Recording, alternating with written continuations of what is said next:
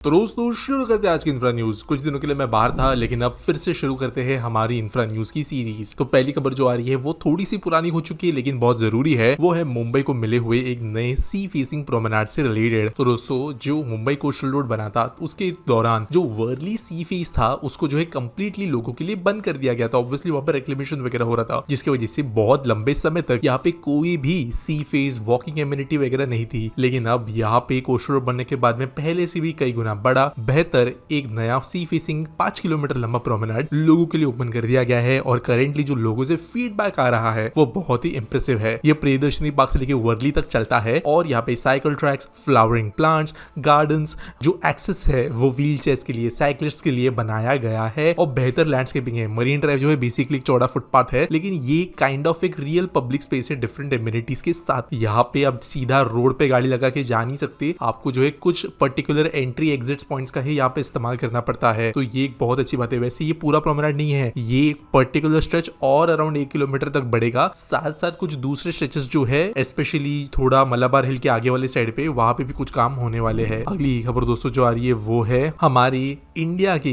National deep water exploration mission से related. तो दोस्तों इसका नाम दिया गया है समुद्र मंथन। तो हमारे जो बाबू है वो बहुत अच्छे अच्छे नाम देते हैं मिशन को, लेकिन ऐसा ये कोई पहला मिशन नहीं है। कई बार इसके पहले rare earth mineral, oil, gas, अलग अलग एक्सप्लोरेशन के लिए बजट्स और बड़ी बड़ी स्कीम्स बनाए गए हैं। लेकिन यहाँ पर बेसिकली अभी जो इंडिपेंडेंस डे की स्पीच थी मोदी जी की, उसके बाद में हमें ये क्लियर आइडिया मिल गया कि गवर्नमेंट का फोकस जा रहा है सेल्फ रेंस की तरफ, क्योंकि जो जियोपॉलिटिकल सिचुएशन चल रही है, जो दोस्त दुश्मन बन रहे हैं, उसके अकॉर्डिंग हमारे लिए जरूरी है हमें अपने बेसिक क्रिटिकल चीजों का तो ध्यान रखना ही पड़ेगा। तो बेसिकली यहाँ पे natural deep water exploration mission को गवर्नमेंट फंड करेगी, scientific research and technological empowerment करने के लिए मदद मिलेगी, ताकि हम underground engineering, underwater engineering, acid inspection, promotion of ocean literacy, इन चीजों पे काम कर सके, ताकि हमें अगर कोई मिल भी जाता है रिसोर्स, और कई बार डिक्लेयर किया जाता है वहां पे सोना मिल गया, वहां पे रेयर अर्थ मिल गया, तो ऐसा अगर मिलता भी है तो उसको एक्चुअली हम जो है जाकर निकाल सके। अगली खबर दोस्तों जो आ रही है वो है कोलकाता की हुगली रिवर पर बसे हुए दो काफी इंपोर्टेंट घाट से रिलेटेड, जो की है मेयर घाट और सुरीनेम घाट। तो दोस्तों इनको जो है बहुत ही ज्यादा ब्यूटीफुली रिवैम किया जाएगा, ऐसा बोला गया है। तो दोस्तों डच माइग्रेशन जब होता था भारत में, तब कोलकाता के अंदर ये घाट बनाए गए थे।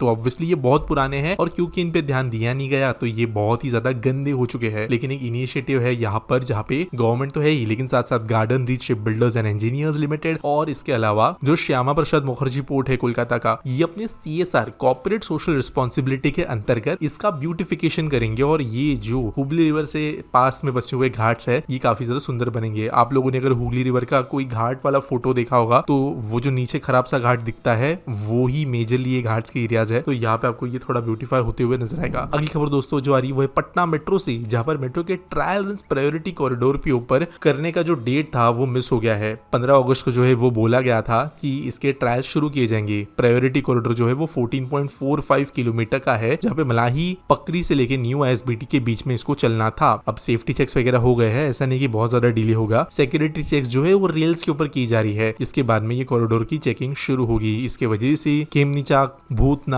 0 माइल इन जगहों पे कनेक्टिविटी बढ़ेगी। Concourse, information kiosk, ticket counters, waiting areas, food courts, retail stops, announcement and systems, escalators, lift, stairways, इन सब पे काम किया जा रहा है एक्टिवली, और काफी स्टेशंस पे ये ऑलरेडी रेडी भी है। अगली खबर दोस्तों आ रही है तमिलनाडु के गवर्नमेंट से, जिन्होंने ऑथराइज की है preparatory works for 2442 crore rupees of propose 21.76 kilometre of metro rail between Koyambedu and Pattabiram. तो यहाँ पर बेसिकली यहाँ पे ये जो गवर्नमेंट का इनिशिएटिव है, ये मेट्रो रेल को और ज्यादा बढ़ाने का है। चेन्नई मेट्रो को अगर आप देखो तो ये एक अच्छे से डिजाइन की गई रेल है, काफी सारे लोग इसको यूज भी करते हैं और बहुत सारा काम इसके ऊपर चल रहा है। तो यहाँ पे तमिलनाडु गवर्नमेंट ने इसके प्रिपरेटरी वर्क्स को क्लियरेंस दे दिया गया है, और यही मेन खबर है। तो इसके वजह से सर्वेस किए जा सकेंगे, रीप्लांटेशन कितनी ट्रीज का होगा वो देखा जा सकेगा, ट्रैफिक डाइवर्जन ड्यूरिंग कंस्ट्रक्शन कैसे होगा वो देखा जाएगा, और रूट प्लानिंग के लिए, डाइवर्जन स्ट्रेटेजीज के लिए भी क्लियरेंस यहाँ पे प्लानिंग का दिया गया है। अराउंड 10,000 करोड़ का वैसे टोटल फेज 2 का प्रोजेक्ट है, जिसमें से ये वाला फेज अराउंड 2204 करोड़ का होगा, ऐसा गवर्नमेंट का कहना है। देखते किस तरीके से ये आगे बढ़ता है। आज के एसबीटी सवाल के बारे में बात करें तो गर्वित पूछते हैं, we should start a movement to urge railways to go ahead with the original concept of New Delhi railway system, at least one station should be there that is aesthetic and world level. तो देखो यार, हमारे आंदोलन करने से ज्यादा जो है यहाँ पर ना प्रैक्टिकलिटी की बात आती है, और गवर्नमेंट जो है ओवर एम्बिशियस होने की, बाबुओं के दिमाग कम चलने की, ये सब चीजें जो है यहाँ पर बहुत ज्यादा मैटर करती है। अब ऐसा मैं क्यों बोल रहा हूँ, देखो यहाँ पे कहीं ना कहीं पे कैलकुलेशंस जो है वो बहुत पहले से होनी चाहिए थी, जो कि क्लियर इंडिकेशन दे देता कि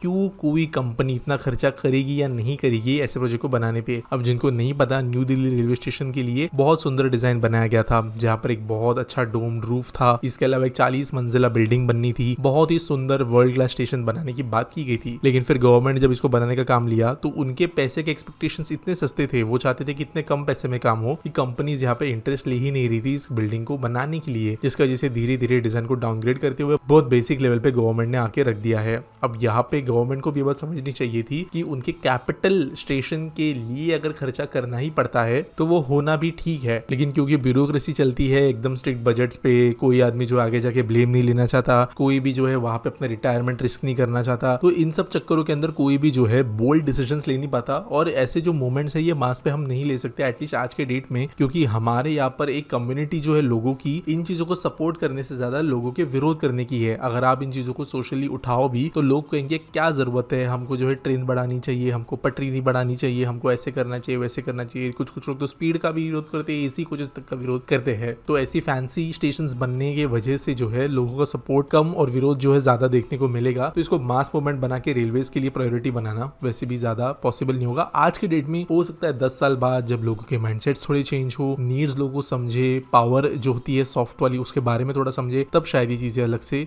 हम इंटरप्रेट कर सकेंगे। उम्मीद करता हूँ आपको सवाल का जवाब मिल गया होगा। आपके पास कोई सवाल है तो आप कमेंट सेक्शन में मुझे पूछ सकते हो। कोई न्यूज अगर आपके पास सबमिट करने के लिए है तो आपको डिस्क्रिप्शन में उसके लिए लिंक मिल जाएगी। बाकी मिलेंगे अगले वीडियो में।